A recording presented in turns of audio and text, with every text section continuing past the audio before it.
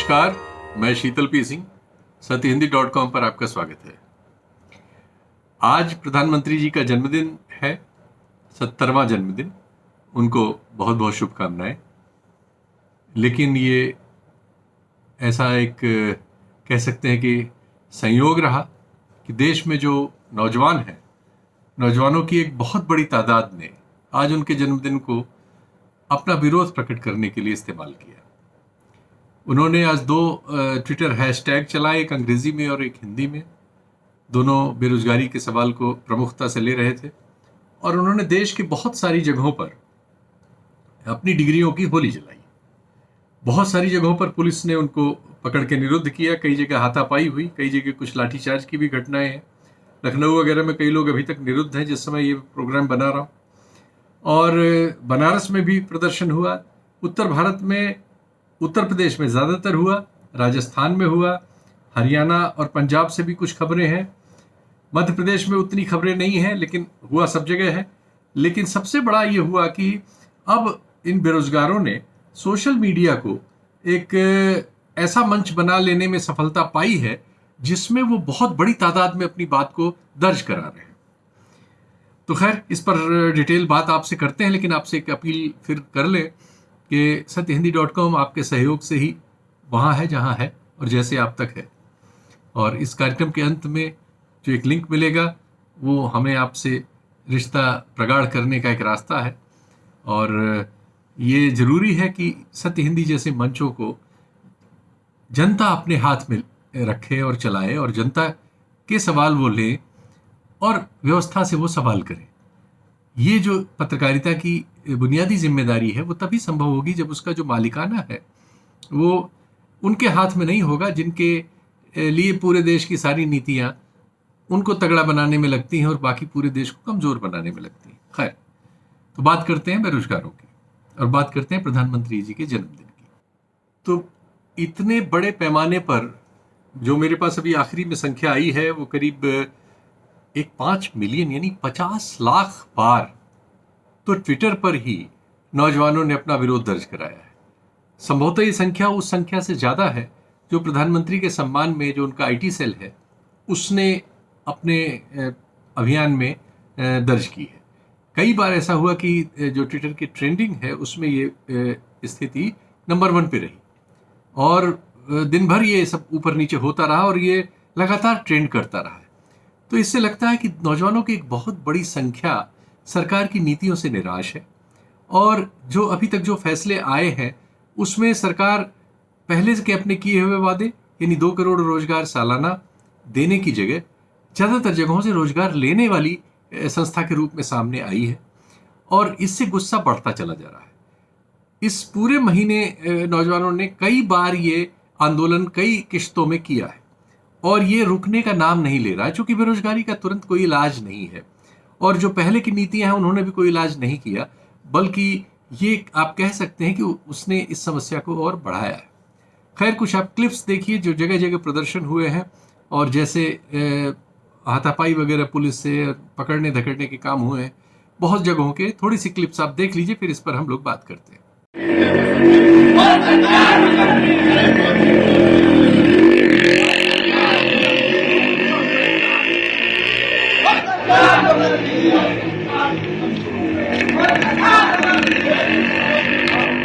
बेरोजगारी हटाओ, बेरोजगारी बचाओ, बेरोजगारी हटाओ, 4000 उर्दू की भर्ती करो, 70,000 वैकेंसी पूरी करो, पूरी करो, पूरी करो, पूरी करो, पूरी बेरोजगारी हटाओ, बेरोजगारी।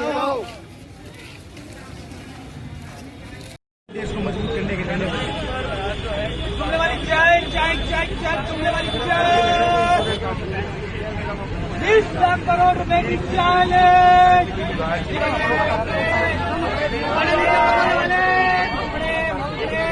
तुमने वाली चाय पी ले।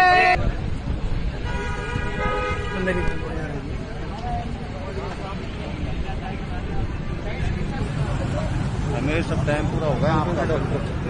बस बस रोजगार दो, रोजगार दो, रोजगार दो, रोजगार दो, रोजगार दो, रोजगार दो।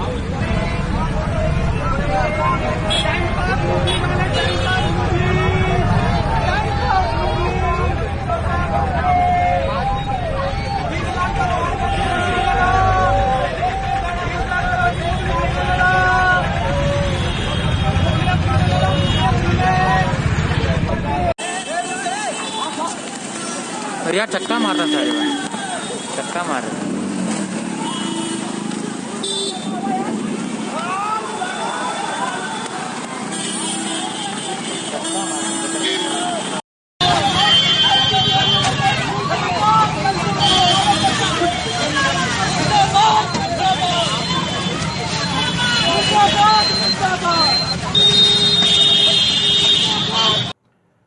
हम दुनिया में सबसे नौजवान लोग हैं। दुनिया के सबसे नौजवान देश के बारे में हम जब जिक्र होता है तो हमारी बात होती है कि हमारे यहाँ एक बहुत बड़ी आबादी है जो नौजवान है। दुनिया के बहुत सारे देशों में बूढ़ों की कतार ज़्यादा है, लेकिन हमारे यहाँ नौजवानों की कतार ज़्यादा है। नौजवानों को काम चाहिए। नौजवानों को आप बिना काम के अगर रखेंगे तो आप उसमें से कितने लोगों को इधर उधर एंगेज कर सकते हैं कि वो आपके खिलाफ कितने दिन तक न बोले। ऐसा संभव नहीं है।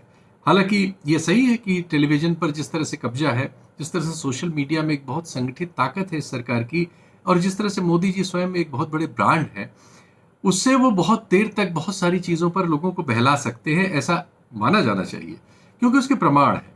बहुत सारे चुनावी नतीजे भी उसकी पुष्टि करते हैं। दूसरी बार वो प्रचंड बहुमत से सत्ता में आए हैं। बहुत सारे राज्यों में उनकी सरकारें हैं, लेकिन ये समस्याएं अनुत्तरित नहीं रह सकती। सदा सर्वदा आप इनको अनुत्तरित नहीं रख सकते। स्थिति ये है कि ये अब बेरोजगारों में और नौजवानों में, उनके गार्जियंस में, वो सारे लोग जो टेलीविजन और सोशल मीडिया के डाइवर्जनरी काम है उनके प्रभाव में नहीं है, उन पे ये उनका निजी सवाल भी तो सामने बढ़ के आ रहा है। आज जब ये उनका आंदोलन शाम को, जैसा उनका था कि 17 तारीख 17 बजे यानी 5 बजे 17 मिनट के लिए जब ये ख़त्म हुआ, तो उसके एक कह सकते हैं कि आयोजकों में से एक जो लगातार इसमें अपनी आवाज़ उठा रहे हैं, रिटायर्ड IAS SP सिंह साहब, जो हमारे प्रोग्राम्स में आ चुके हैं, उनसे मेरी बात हुई तो उन्होंने बताया कि पहली बात तो बहुत ही ओवरवेल्म थे कि 5 मिलियन से ज़्यादा लोगों ने तो ट्विटर पर इस आंदोलन में अपनी भागीदारी की, जो इसलिए महत्वपूर्ण है उनके हिसाब से कि प्रधानमंत्री जी डिजिटल मीडिया को एक बहुत बड़ी, डिजिटलाइजेशन को एक बहुत बड़ी आज के दौर की ज़रूरत मानते हैं और इसके पक्ष में काफ़ी वो बोलते बालते रहते हैं। तो उनके सामने ट्विटर पर ये विरोध पहुंच गया, और चूंकि वो दिन भर बहुत बार पहला ट्रेंड करता रहा, फिर देश भर में सड़क पे उतर के जो प्रदर्शन हुए वो भी असंख्य थे, और बहुत जगह बहुत सारे लोगों ने अपने इस प्रतिवाद को दर्ज किया।